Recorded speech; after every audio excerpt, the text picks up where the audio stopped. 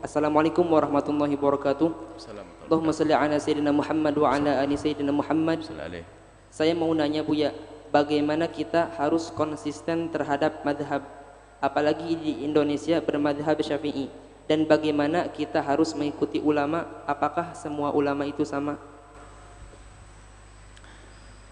Bismillah.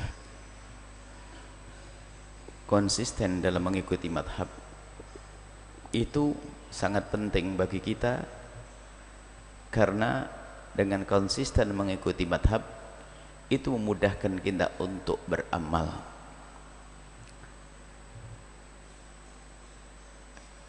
Kalau kita beramal dengan merubah-rubah madhab, itu yang repot adalah kita.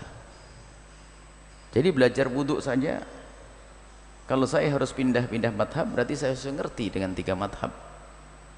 Ada sebuah pertanyaan yang pertanyaan itu kalau didengar oleh akal adalah memang masuk akal.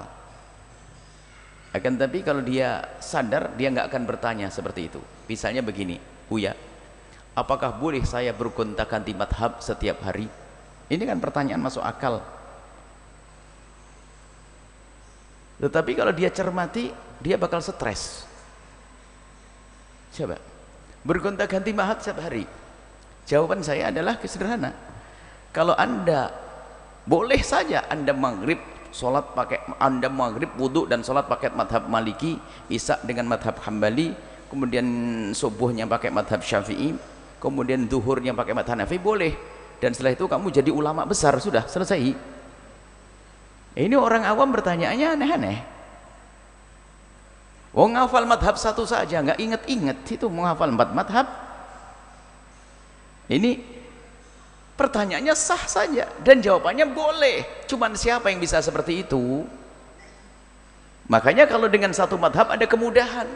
Contoh saja, kalau kami misalnya ngajar madhab Syafi'i di Masjid Taqwa, kemudian nanti di Masjid Waru saya madhab Hanafi karena saya belajar Hanafi. Kemudian karena saya juga pernah belajar madhab Malik, saya ajarkan di Al-Bahjah madhab Malik. Itu kayaknya jamaah berantem besok. Karena kata Buya di sana begini, kata Buya di sana begitu. Jawabannya adalah madhab semuanya adalah hebat. Ulama-ulama besar. Dan mohon, di saat misalnya madhab Hanafi mengatakan bahwasanya kunut tidak ada, itu tidak menjatuhkan Imam Syafi'i, bukan. Begitu juga di saat madhab Syafi'i mengatakan kunut itu sunnah, tidak mengatakan, tidak berarti menjatuhkan Imam Abu Hanifah. Cuman permasalahan kadang ini kita ini gampang menyimpulkan, dalam bahasa lain lazimul madhab itu dianggap sebagai madhab. Contoh begini, kalau misalnya madhab Syafi'i itu kan pakai kunut, lalu madhab Imam Abu Hanifah nggak pakai kunut, itu kadang kita langsung menyimpulkan bahwasanya madhab Syafi'i kurang ajar sama Imam Abu Hanifah, kan gitu. Padahal tidak. Begitu juga nanti fatwa yang dihadirkan para ulama dalam madhab Syafi'i, dan kita pun kadang juga kena batu. Kami juga sering kena batu, cuman saya nikmati saja. Misalnya di saat kami nukil fatwanya ulama, ternyata fatwa ulama ini berbeda dengan kebiasaan ulama tertentu. Itu sudah dibilang, katanya saya jelek-jelekin ulama tertentu tersebut. Loh, saya kan nukil ulama. Misalnya Ibnu Hajar dengan Imam Romli di saat berbeda, lalu saya mengambil pendapatnya Imam Romli, bukan berarti kemudian saya menambahkan Imam Ibnu Hajar bodoh, tidak.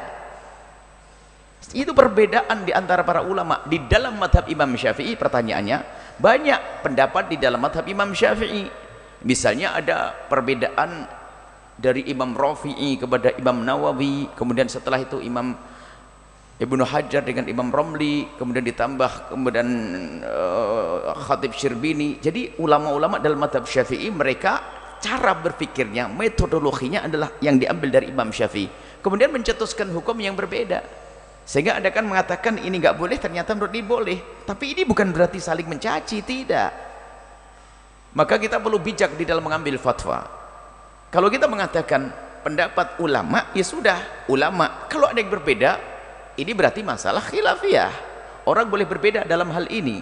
Bukan berarti kalau misalnya kita menukil, kadang-kadang ini menukil pendapat ulama, misalnya yang sering dihadirkan di sini, gimana hukum berjabatan tangan misalnya laki dengan perempuan? Perkataan ulama adalah bahwasanya berjabatan tangan hukumnya adalah haram. Itu bukan berarti langsung kurang ajar kamu dengan kiai ini. Loh, ini yang nyimpulkan yang kurang ajar.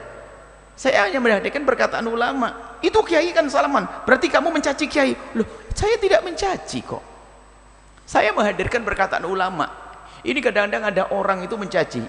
Ada fatwa yang lainnya yang kami ambil dari para ulama dulu tentang zakat uang macam-macam, kayaknya lebih hebat.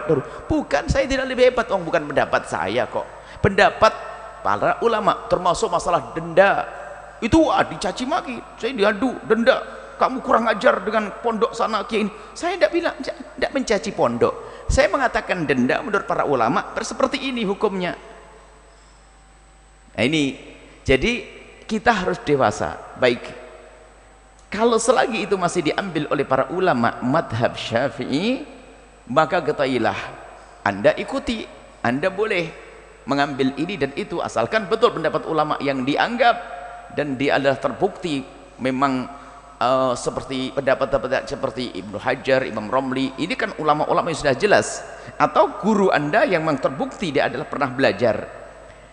Kemudian di sana ada kaidah al-amila madhabalah. Anda sebagai orang awam nyantai saja, ikut guru yang sudah Anda pilih, bukan asal guru melalui Ustadz Google, bukan.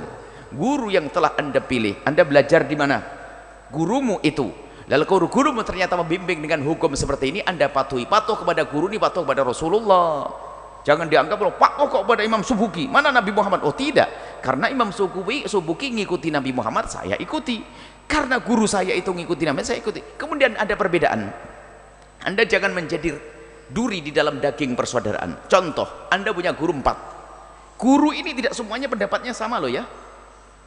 Ada ini pendapat begini, begini, begitu. Jangan Anda jadi pengadu domba. Ini diadu. Nggak bisa begitu. Karena buah dari pemikiran itu namanya masalah khilaf. Jadi dalam mazhab Syafi'i sendiri tidak satu pendapat, ada bermacam-macam pendapat, dan justru dengan berbeda-bedanya pendapat yang ada di dalam tubuh mazhab Syafi'i itu sendiri, itu adalah kemudahan untuk kita melakukan amal baik. Namanya rahmat. Memang itu bukan hadis ikhtilaful a'immati rahmatun, enggak. Perbedaan para ulama adalah rahmat, itu bukan hadis, akan tapi makna ulama berbeda di dalam hal yang boleh berbeda. Itu adalah kemudahan, sehingga di saat ada orang kenceng-kenceng menyentuh perempuan batal wudu, ternyata ada madhab Malik mengatakan tidak, mudah. Kemudian saya suka demam, kalian tuh air kedinginan, saya ikut madhab Malik, kan enak begitu. Ada kemudahan. Baik, semoga Allah memberikan kepada kita kemudahan hati untuk prasangka baik kepada ulama, dan memudahkan kita untuk mengikuti ulama dan bisa berpegang dengan fatwa-fatwa para ulama tanpa mencaci dan tanpa mengolok. Wallahu a'lam bishawab.